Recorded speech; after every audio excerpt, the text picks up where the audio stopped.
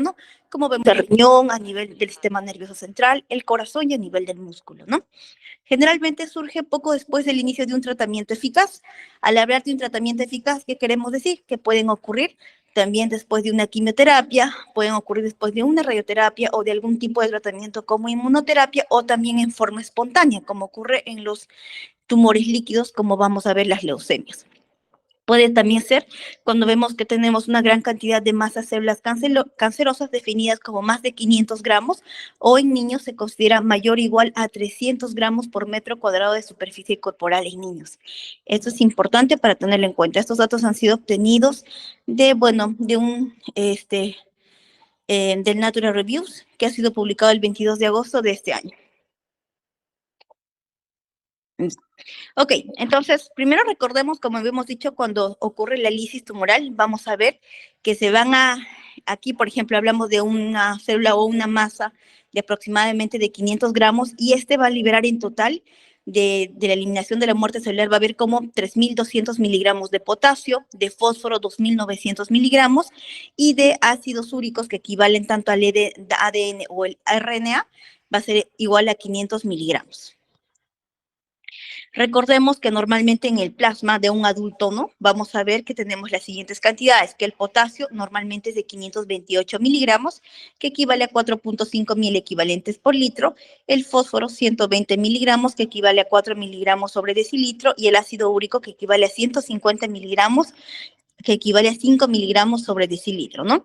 Cuando ocurre esta lisis, solamente hablando de una masa más aproximada de 500 gramos, vamos a ver que se incrementa, ¿no? El valor de lo que había 4.5 mil equivalentes de potasio, va a incrementar a 32 mil equivalentes, de lo que el fósforo estaba en 4 miligramos, se va a multiplicar y se va a ir hasta 101 miligramos sobre decilitros, y el ácido úrico de 5 miligramos va a irse hasta 170 miligramos. Viendo en este último cuadro como el potasio se incrementa 8 veces, el fósforo un aproximadamente de 24 veces, y el ácido úrico se incrementa en un 33 veces del valor normal.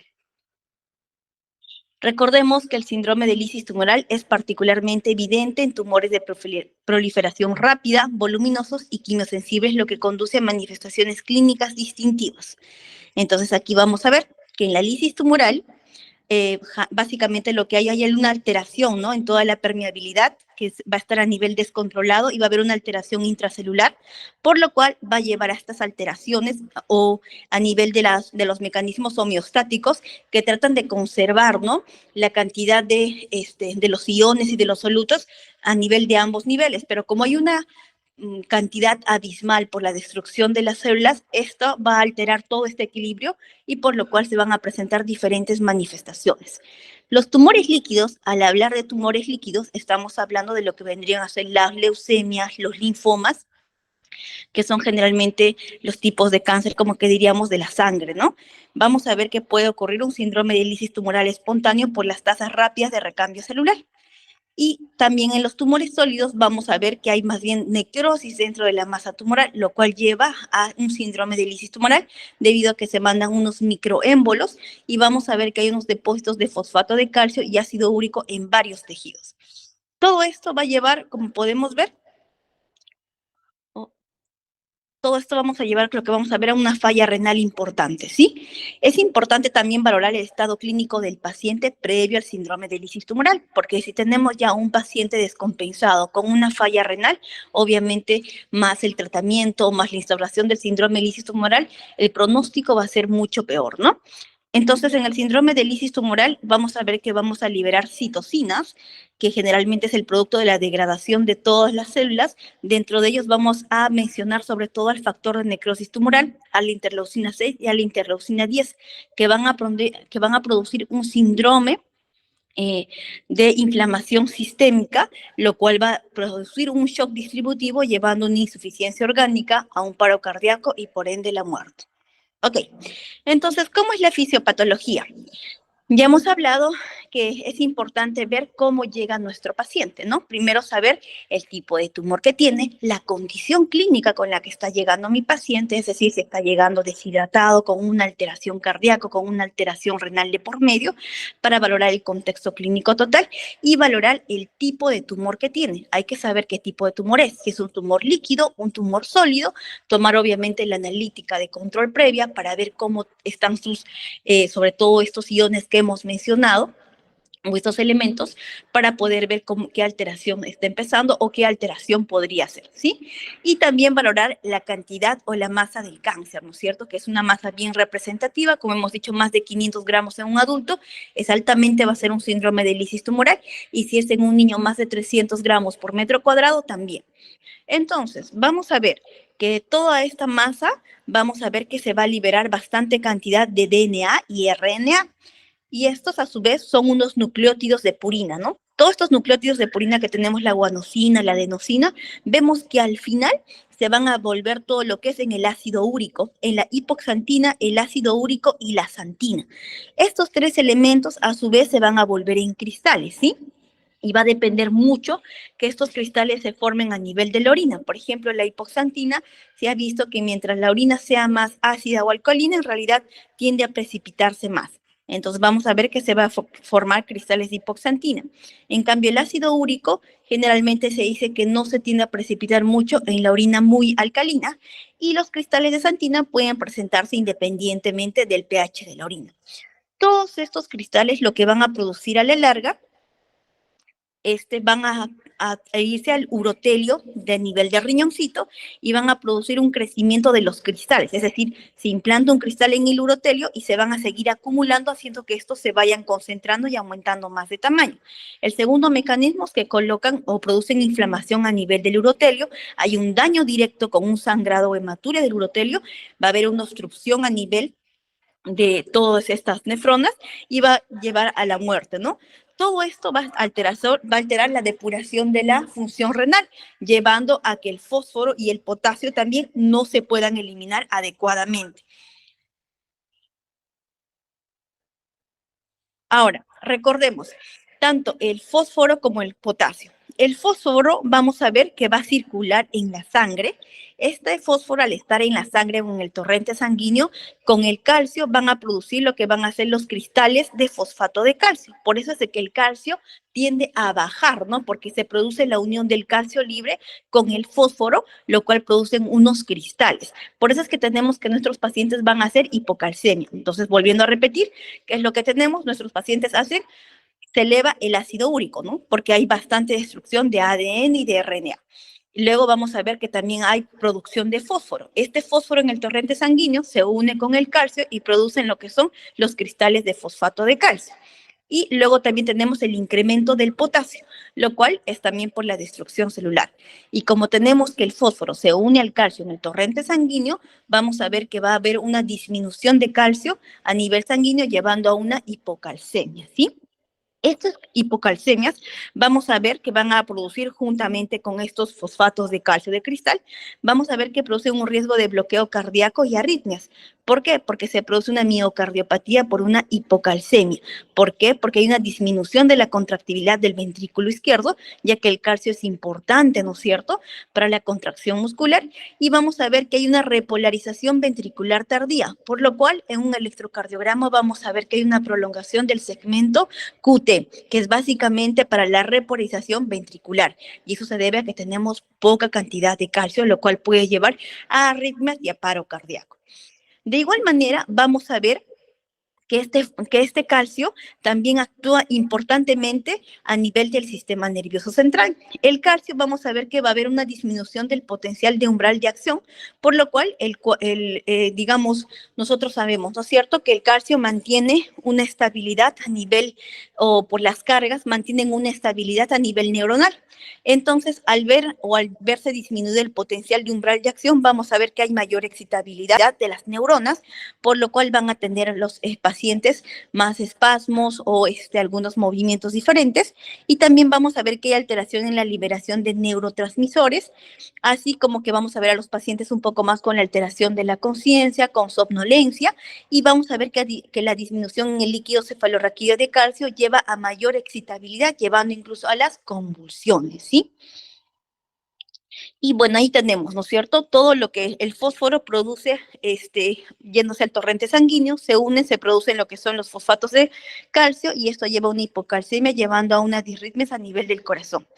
Ahora, el síndrome de lisis tumoral también va a llevar a unas histonas extracelulares, aparte de lo que ya hemos mencionado los otros 3 puntos importantes juntamente con el calcio.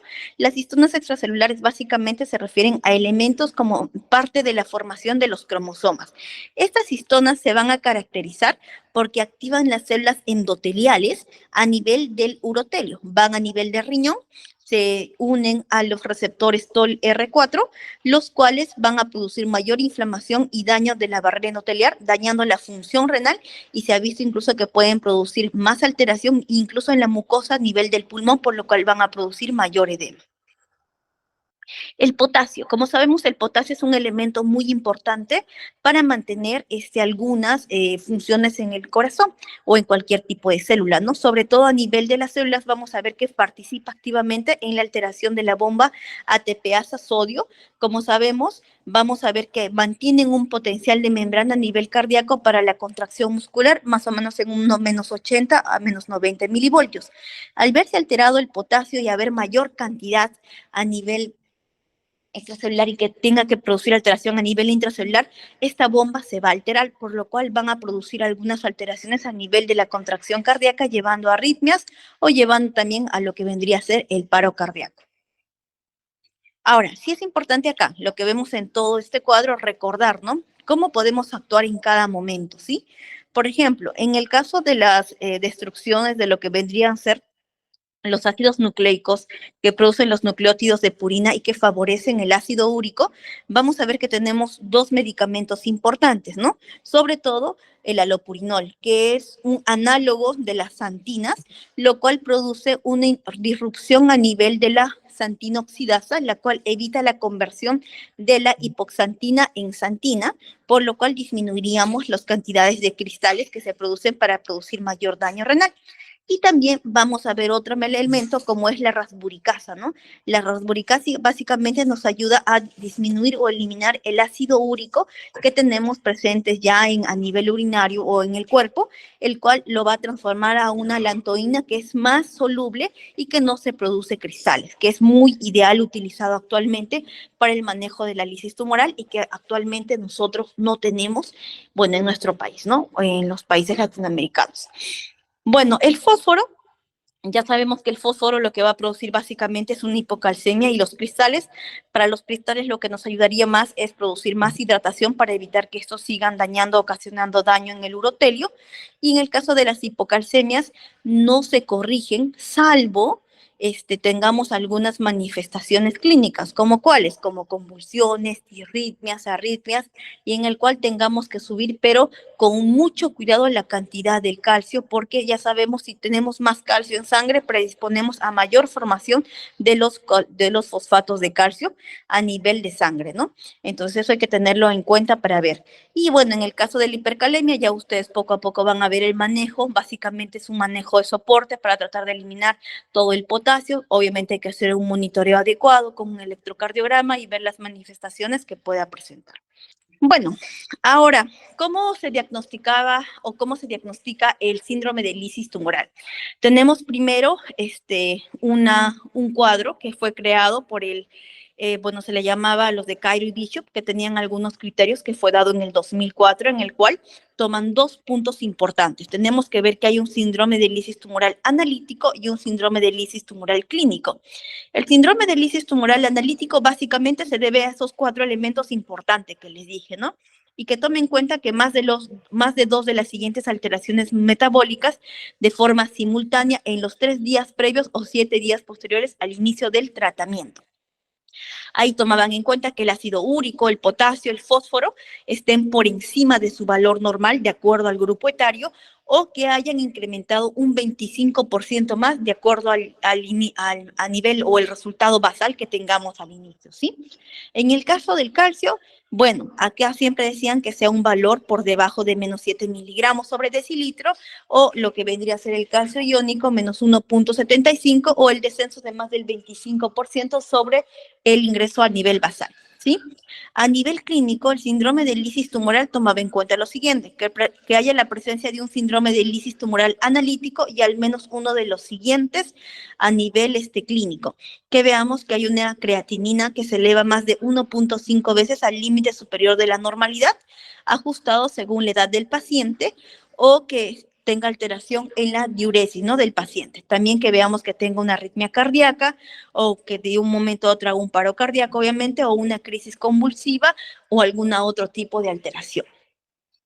Igual, los criterios clínicos de Cairo y Bishop también manifestaban los diferentes grados, ¿no?, que te podían decir en qué grado estaba el grado de lisis tumoral. Decían el grado 0, 1, 2, 3, 4 y 5, y también consideraban esos 3 parámetros, la creatinina, la arritmia cardíaca y la convulsión, ¿no? Vemos que en el grado 0, básicamente, la creatinina era menor o igual de a 1,5 del valor inicial, y así sucesivamente esto se iba incrementando hasta el grado 5, donde ya nuestro paciente estaba obviamente en la muerte, y vamos viendo qué tipos de alteraciones va teniendo. Actualmente, ya en este consenso del 2024, han definido o han reagrupado ya en base a estos primeros criterios, han vuelto a organizarlos, ¿no?, diciendo las definiciones del síndrome de lisis tumoral a nivel del laboratorial de Howard y Puig. Dentro de ellos vamos a ver igual que se tome en cuenta el síndrome de lisis tumoral laboratorial y también vamos a ver el síndrome de lisis tumoral a nivel clínico. A nivel laboratorial es lo mismo, toman los 4 parámetros, ¿no? Es igual el ácido úrico, el potasio y el fósforo por encima de sus valores normales según el grupo de edad o el incremento del 25% del valor inicial. ¿Qué quiere decir? Si, por ejemplo, vengo, no sé, si mi paciente estaba, digamos, con 3,2 y luego está con elevación de 4,5, es una elevación casi del 50%, entonces en ese sentido se le considera positivo, ¿sí? Y en el caso del calcio, cuando está por debajo de 7 miligramos sobre decilitro o un calcio iónico menos de 4,5 miligramos sobre decilitro o que haya una disminución del 25% con respecto al valor de base. Independiente de estos laboratorios, para considerar un síndrome de lisis tumoral, se tenía que agregar a partir de estos criterios laboratoriales, que podía ser 1 o 2 y que se mantengan por más de 24 horas, no como el de Cairo Bishop, que decía que debía mantenerse por lo menos unos 3 días, ¿no? Acá solo consideraban, en esta modificación, consideran que estos clínicos, que estos parámetros laboratoriales pueden ser más de 2, que se mantengan durante 24 horas y que pueden manifestarse 72 horas o 3 días previos a la terapia hasta 7 días posteriores a la terapia, como podría ser secundaria una quimioterapia. Pero como ya les he dicho, el síndrome de lisis tumoral no solo se manifiesta en quimioterapia, puede haber en inmunoterapia, puede haber en radioterapia también, ¿sí? Ahora, dentro de las manifestaciones clínicas, podemos agregarla que te haya una disfunción renal, es decir, que la creatinina se eleve 1,5 por encima del valor normal o que incremente más de 0,3 sobre el valor con el que ha venido a nivel basal el paciente, o que tengamos una fracción urinaria de menos de 0,5 ml por kilo peso en las últimas 6 horas. ¿Por qué? Porque nos quiere decir que los cristales probablemente están dañando la función renal y por ende la depuración. Por eso es muy importante en los pacientes oncológicos tener un balance hídrico estricto para valorar cómo va este riñón. También vemos que toma en cuenta lo que es la arritmia cardíaca, una muerte repentina, los cuales indican síntomas de una hipercalemia o una hipocalcemia, ¿no es cierto? Y a nivel neurológico vamos a ver que pueden haber un poco de convulsiones, signos de espasmos, los cuales indican una hipocalcemia sintomática. Entonces, también se le considera como algo positivo, es decir, tenga un criterio laboratorial positivo, que no tenga el calcio bajo, pero, por ejemplo, mi paciente empieza a convulsionar, yo lo puedo ya asumir que es un síndrome de lisis tumoral, ¿no? Eso sí se le considera ya a tenerle en cuenta, siempre y cuando la manifestación del calcio ya haga una manifestación de hipocalcemia bien latente en mi paciente, ya lo consideramos como un criterio importante y asumimos también que ya tiene hipocalcemia por más de que el laboratorio diga lo contrario. Es importante también recordar que obviamente tengo que ver cómo va a venir mi paciente, ¿no? Hemos dicho el estado clínico de mi paciente, porque si es un paciente que tiene epilepsia y, bueno, tiene un tumor, le estamos dando un tratamiento y empieza a convulsionar, no siempre voy a asumir necesariamente que esa convulsión sea por una hipocalcemia o una hipocalemia, sino que esta convulsión probablemente se deba a un problema ya preexistente que tenía. Por eso es muy importante ver cómo llega mi paciente en forma preexistente, si hay alguna patología que puede estar vinculando alguna alteración o pueda predisponer a estas alteraciones y por ende me pueda como que sesgar mi visión y puedo indicar yo que está empezando con un síndrome de lisis tumoral cuando no es así. Ok, los factores de riesgos asociados para hacer un síndrome de lisis tumoral. Bueno, dentro de los factores relacionados con la enfermedad, vamos a ver, tenemos una masa bulky, o cuando tenemos masa bulky, básicamente la caracterizamos el tumor, ¿sí? El tamaño del tumor, que pesa más de 500 gramos en adulto o más de 300 gramos por metro cuadrado, lo que vendría a ser en niños, o también masas o masas, o sea, tumores o linfonodos mayores a 10 centímetros de tamaño.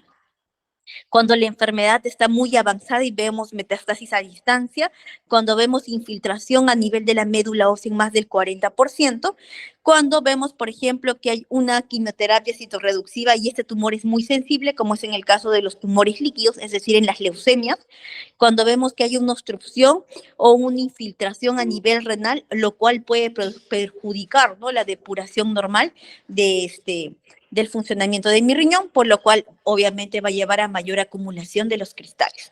También hay que ver los factores relacionados con el paciente, si existe una enfermedad renal previa, si ya tiene una uremia de por medio, si es un paciente con gota, por ejemplo, pero bueno, no es frecuente en pediatría, si hay una obstrucción del tracto urinario por alguna malformación, si hay una hiperuricemia o una hiperfosfatemia primaria al tratamiento o previa al tratamiento, si hay una hipotensión o es tipo volémico por alguna condición clínica de mi paciente, y si hay la presencia de una orina ácida o básicamente que haga que la concentración de mi orina sea un poco más baja. Esto es importante porque hemos visto que en orinas ácidas pues va a llevar a mayor predisposición de la formación de cristales. El tratamiento con los factores relacionados, hay que ver cómo es la sensibilidad que puede tener este tipo de tumor, qué tipo de régimen de citorreducción voy a dar, porque pueden haber citorreducción, básicamente me refiero a disminución del tumor. Tengo que ver qué régimen es, porque hay regímenes muy agresivos y regímenes que todavía son tolerables. Usualmente los tumores líquidos, como las leucemias, tienen regímenes muy agresivos, ¿sí? Tengo también que ver qué tipo de terapia le voy a dar, qué tipo de tumores y que puede ocasionar qué alteraciones, y tengo que ver qué tipo de hidratación adecuada le tengo que dar para evitar algunos medicamentos también nefrotóxicos. Ok, hasta ahí. ¿Alguna duda, chicos?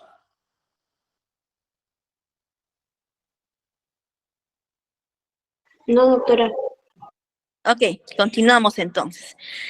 Bueno, en esta última consenso que ha salido del 2024, siempre es importante que nos indican, ¿no?, siempre a nuestros pacientes enfocarlos en tres cosas importantes. Primero, llega mi paciente, tengo que conocer el tumor, el tamaño del tumor, tengo que ver las enfermedades preexistentes que puede tener mi paciente y luego también tengo que valorar en qué tipo de riesgo de lisis mi paciente puede estar. Aquí vemos, bueno, esta tabla, como vimos, abarca mucho de los tumores en adultos. Este es uno de justamente del 2020, es un artículo publicado en Argentina, que también es un poquito más enfocado en pediatría y en el cual también comparten casi los mismos criterios, ¿no?, de los riesgos en los cuales los podemos clasificar de acuerdo a la prevalencia en pediatría. Recordemos que en pediatría tenemos, hay una mayor prevalencia de tumores líquidos, las leucemias, seguido de los tumores cerebrales, ¿sí? Y de ahí ya van yendo los otros tumores tipo sólidos que los podemos tener. Acá, por ejemplo, vamos a ver el riesgo, ¿no? De los tumores tenemos un riesgo bajo, intermedio y alto. Como vamos a ver, los linfomas tienen bastantes riesgos, pero conforme veamos, por ejemplo, un riesgo bajo es un linfoma linfoblástico en estadio 1-2 con DHL en valor normal. Pero si hay un linfoma de células grandes en estadio 1 o 2 con un DHL en valor normal, también tenemos un riesgo bajo. Pero cuando vemos que el DHL va elevándose un poco más, esto ya nos indica de que es un riesgo intermedio, ¿no? Y es un riesgo más alto cuando vemos que mi DHL se incrementa 2 veces por encima del valor normal. Esto es importante tenerlo en cuenta para poder estar alertas al momento de iniciar un tratamiento cuando voy a ir a evaluar a un paciente que me han pedido porque, bueno, ha recibido algún tipo de quimioterapia. Vemos también que encabezan las leucemias linfoblásticas agudas. Todas las leucemias mayores a 100.000 leucocitos son de alto riesgo, al igual que las mieloblásticas. Y las de riesgo intermedio son aquellas como, por ejemplo, menos de 100.000 leucocitos en los linfomas, en las leucemias linfoblásticas agudas, o las que están entre 25.000 a 100.000 con un DHL que sea menos de 2 veces del valor normal, o menos de 25.000 blastos por mLH, por M por mililitro, y DHL menos de 2 veces por el valor normal, lo consideramos en un riesgo intermedio. Las otras neoplasias, como hemos visto, los neuroblastomas y los tumores germinales también son un riesgo intermedio, y de riesgo bajo ya tenemos los tumores sólidos y los otros tipos de leucemias, ¿no es cierto? Pero también los de riesgo alto vamos a ver cuando hay un daño renal previo, si aparece un daño renal, hay análisis de laboratorio inicial con alteración del ácido úrico, potasio o fósforo. Entonces, chicos, cuando tengamos un paciente en emergencia, que es un tumor o un paciente que está con una masa que les llama la atención, es importante sí o sí pedir estos parámetros o marcadores de lisis tumoral. Marcadores de lisis tumoral, no vayan a cometer el error como una alumna acá en San Camilo que estaba buscando en tomarle CA 125, antígeno carcino embrionario. Esos no son los marcadores tumorales para lisis. Los marcadores tumorales para lisis son, o los parámetros para lisis, mejor dicho, son, ya sabemos, el calcio, el fósforo, el ácido úrico, y que dentro de ellos también tenemos el potasio, ¿no? Eso es importante tenerlo en cuenta. Obviamente tengo que pedir mi creatinina, tengo que pedir mi hemograma, mi perfil de coagulación, mi grupo sanguíneo, y también tengo que pedir un buen perfil hepático conjuntamente con un examen de orina para ver cómo está mi función renal. Ahora, ¿cómo manejamos los síndromes de lisis tumoral? Bueno, lo más importante acá es que tenemos que monitorizar. Entonces, ¿qué cosas vamos a monitorizar dentro de las más frecuentes? La creatinina, el fósforo, el calcio y el ácido úrico, que tendría que monitorizarse cada 4 o cada 6 horas cuando tenemos un paciente con alto riesgo de hacer lisis tumoral. De lo contrario, se dice que cuando es un riesgo intermedio se puede hacer cada 12 horas y en un riesgo bajo entre cada 24 a 48 horas, ¿sí?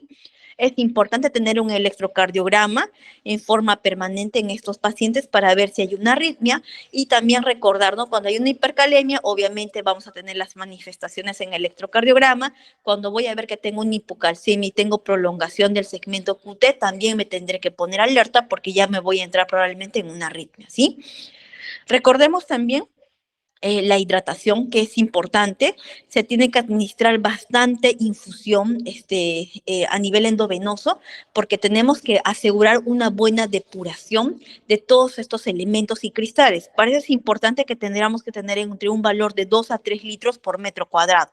Incluso se dice que nosotros debemos garantizar que el flujo urinario esté mayor o igual a 100 ml por metro cuadrado en el caso de adultos, y en el caso de niños, más de 2 ml por kilo peso por hora. Entonces, no le teman en darle bastante volumen, y si es que le damos volumen, es importante aquí hacerle un buen balance hídrico. Vemos que no está orinando adecuadamente, le coloco más líquido, o si lo estoy sobrecargando, le tendré que poner algún diurético. Es cierto, con el síndrome de lisis tumoral te dicen que hay que tener cuidado con los diuréticos porque hay que evitar nefrotóxicos, pero también, por ejemplo, si utilizamos un diurético será como la furosemida. La furosemida, aparte que te ayuda a poder controlar un buen balance hídrico en tu paciente, también te ayudará a controlar lo que es el potasio, porque te ayudará a eliminar más el potasio.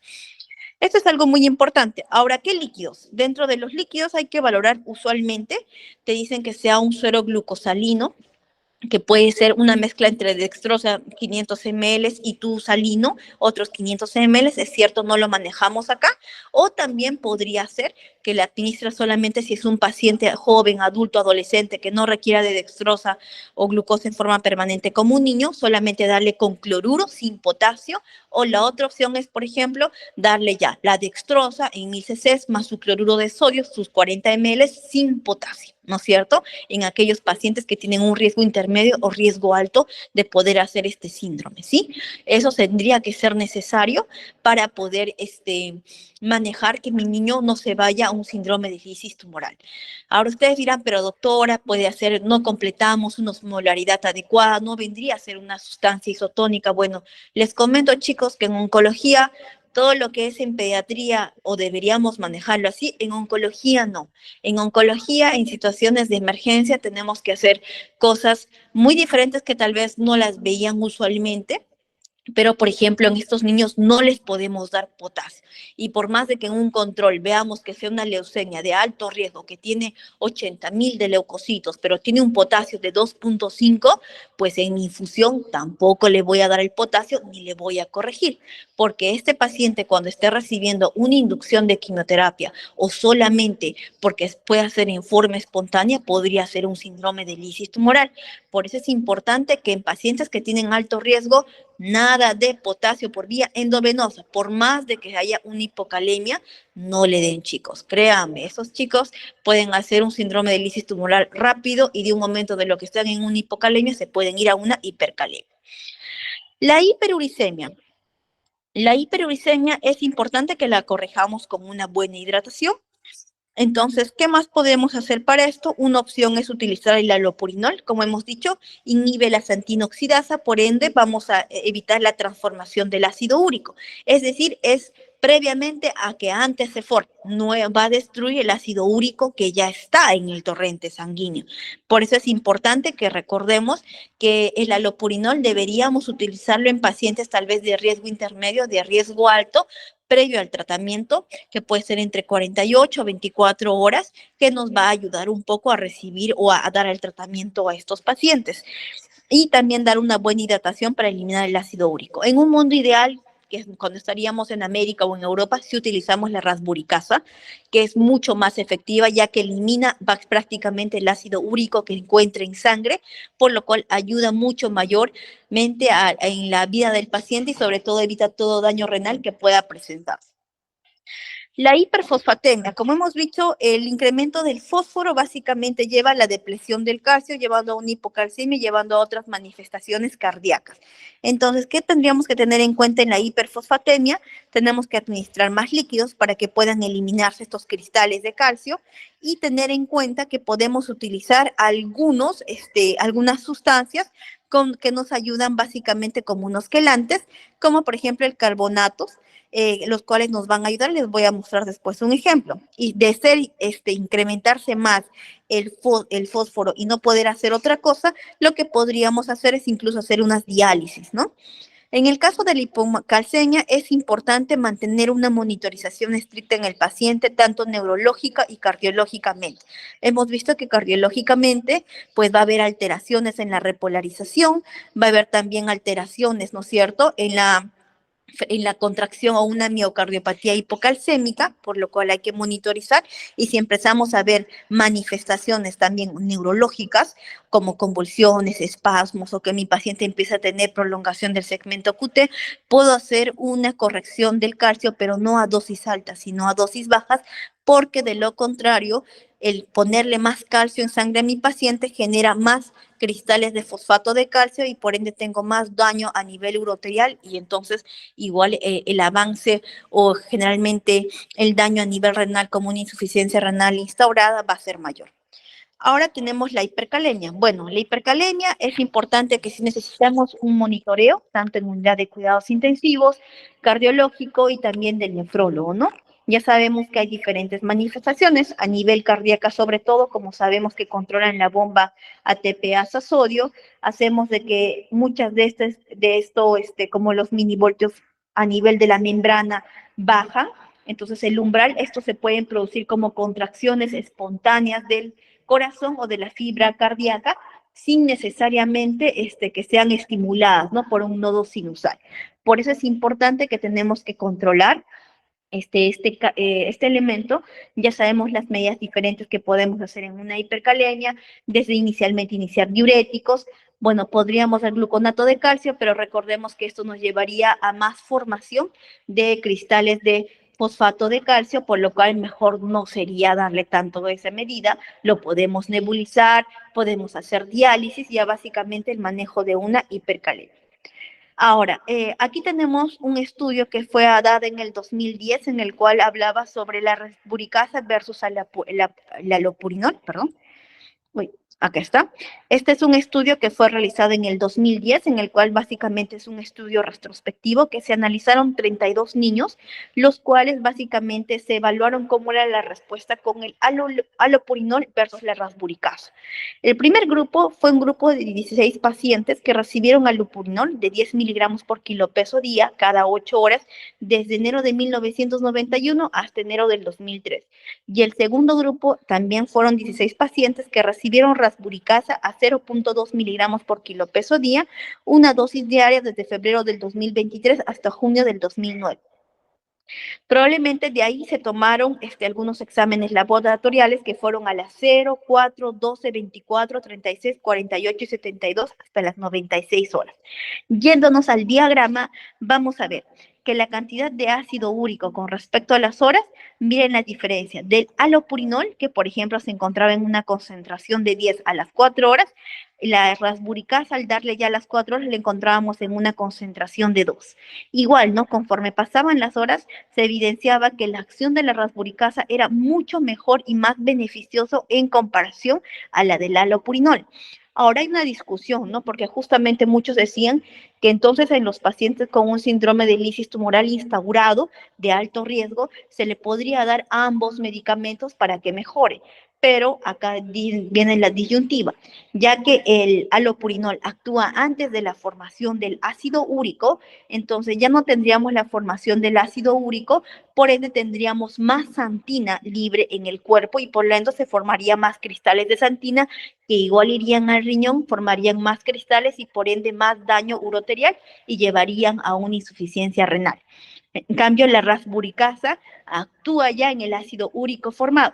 Por eso es que ambos no se pueden utilizar al mismo tiempo, porque uno evitaría la formación del ácido úrico y si ya no hay ácido úrico, por gusto ya le daríamos la rasburicasa, ¿sí? Ok, bueno, hasta aquí. ¿Alguna pregunta? Otra. Sí. Ok, entonces vamos a continuar. Les voy a dar un caso clínico de un paciente que tenemos acá. Es una pequeña de 5 años de edad que ha ingresado el 6 de septiembre a nuestra unidad. Es un paciente que, bueno, desde hace más o menos un mes nota un aumento de volumen a nivel abdominal y tras caer jugando con su hermano, le hacen el hallazgo casual, ¿no? Es de provincia, la refieren al niño de Breña, donde es evaluado y se constata que es una tumoración renal extensa, le tomaron una tomografía y es sugerente de un tumor de Wills. El examen, el ingreso, bueno, es una niña que ventila espontáneamente, sin molestias, la frecuencia cardíaca en 96, la respiratoria en 18, la saturación en 98. Vemos que a nivel de piel no hay alteraciones. A nivel cardiológico tenemos ruidos cardíacos rítmicos con soplos y cuando le llevamos donde el cardiólogo nos damos cuenta que tiene una insuficiencia tricuspidia en grado moderado a severo. A nivel de tórax y pulmones, un murmullo vesicular que pasa bien en ambos campos pulmonares. El abdomen distendido. Hay una tumoración intraabdominal indurada que ocupa el mayor volumen del abdomen a predominio de mi abdomen izquierdo con una circulación colateral. Tiene un perímetro abdominal de 68. Esta es la tomografía de la paciente. Como podemos ver, vemos una masa extensa, heterogénea, que capta contraste en el interior, pero también hay lesiones hipodensas que probablemente me hablen más de una necrosis o de un aspecto heterogéneo, ¿no? Y esta masa mide de 116 milímetros por 111 milímetros anteroposterior y lateral, ¿no es cierto? O sea, mide más de 10 centímetros, ¿no?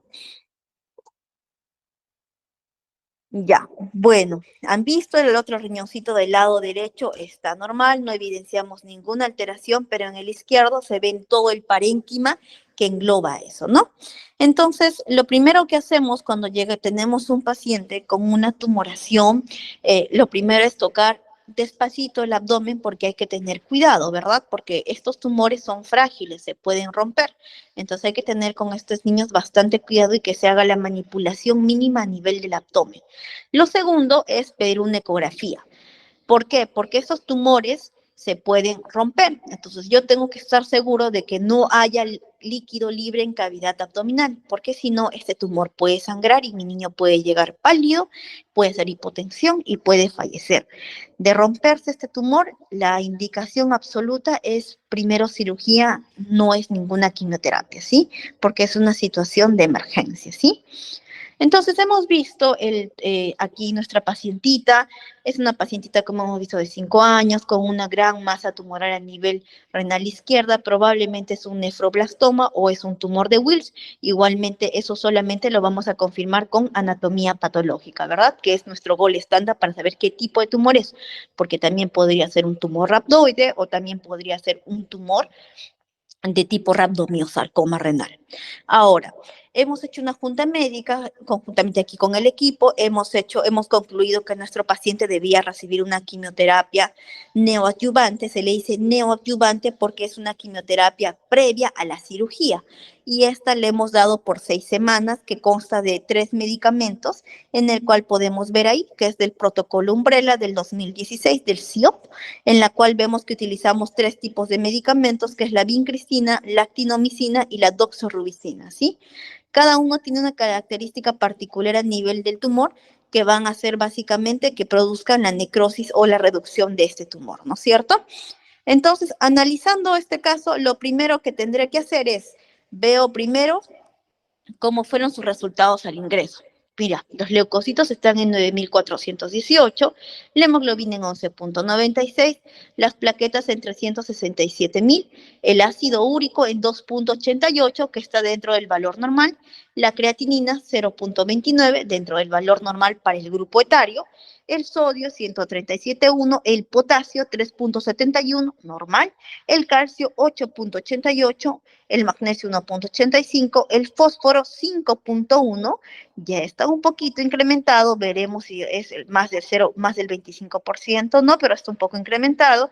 DHL 875.2, el PCR 37.7 y el examen de orina, ¿por qué lo puse? Porque debemos ver si hay presencia de cristales, porque pueden manifestarse, o no sé si hay presencia de hematuria, porque nos diría indirectamente que hay cristales que están dañando el uroterio y eso no había, por eso lo puse negativo.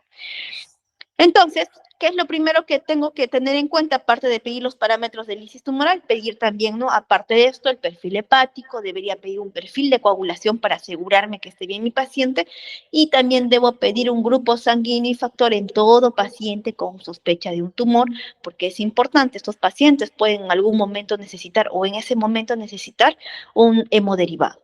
Ok, entonces lo primero que haré, veré cómo es la característica del tumor, ¿no? Porque en pediatría vamos a ver que hay manifestaciones variadas a nivel de las neoplasias hematológicas, pero sí es importante saber qué tipo de tumores. Vemos que no es un linfoma, no es una leucemia, no es un tipo de linfoma no Hodgkin tampoco, pero es un tumor sólido con elevada proliferación y rápida respuesta al tratamiento, sí. ¿Cómo sabemos que es un tumor con rápida proliferación? Porque tenemos una masa bien grande, ¿no? Probablemente es más de 300 gramos por metro cuadrado. ¿Por qué? Porque la carga tumoral, bueno, en este caso no tenemos carga tumoral alta, eso se ve más en tumores líquidos, pero la masa tumoral es de más de 10 centímetros, porque el tamaño del tumor era de 116 por 111 por 111. Entonces ya tendré que estar atenta porque este paciente podría ser un síndrome de lisis tumoral. Elevación del DHL más de 2 veces el límite superior a la normalidad. Veamos cómo está el DHL, realmente más de 2 veces el valor del límite superior, ¿no? Entonces, realmente sí tiene otro parámetro para considerar lo que puede ser un tumor de alto riesgo o un riesgo intermedio. La situación del paciente no tiene una falla renal, pero sí hay una nefropatía preexistente porque justamente es un tumor a nivel renal. Entonces, obviamente eso altera la depuración del riñón. oliguria, esta niña no vino con ninguna oliguria, los niveles basales de ácido úrico más de 7.5, nunca vino con esos valores, y un periodo de riesgo, como hemos dicho, 12 a 72 horas previos al tratamiento hasta 7 días después, ¿no es cierto?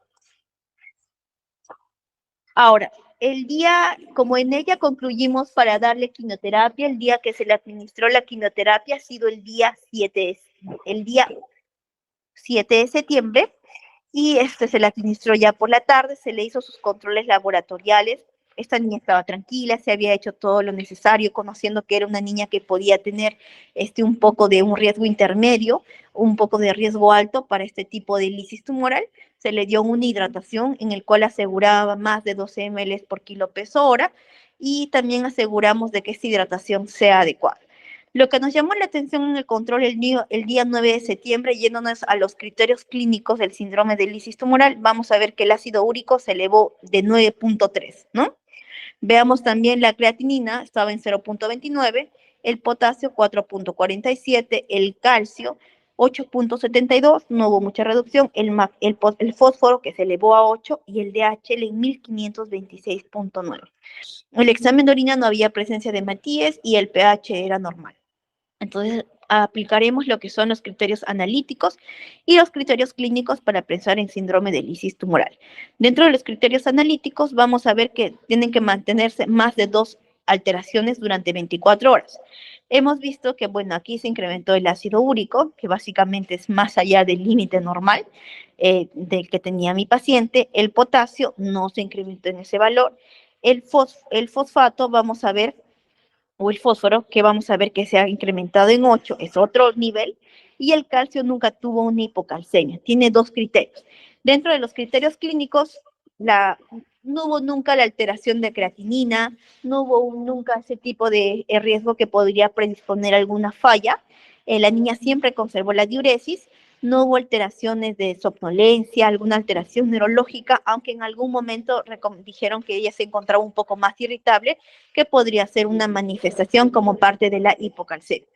Entonces, estos criterios se tuvieron al inicio, pero ninguno de estos criterios laboratoriales se ha mantenido por más de 24 horas, por lo cual al nuevo control, porque se le hizo otro control para poder valorarlo del día 9 nomás, vimos que ya había mejor valoración después de haber instaurado una mejor terapia.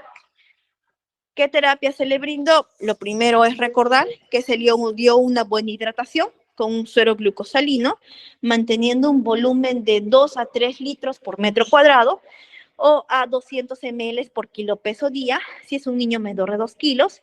Evitamos el aporte de potasio en toda la infusión, como les he dicho, no tenga miedo, solo póngale dextrosa al 5% y su cloruro de sodio 40 ml y nada de potasio. Hay que hacer un control de diuresis estricto, los diuréticos según el balance hídrico y vigilar la sobrecarga hídrica y el tercer espacio, es decir, presencia de depas.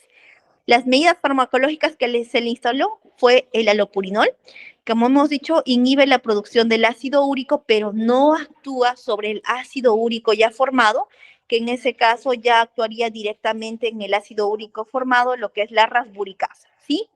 Entonces, el alopurinol tiene la indicación de que se da para la prevención de la hiperuricemia en pacientes con riesgo intermedio altos de un síndrome de lisis tumoral y niveles normales de uratos al debut.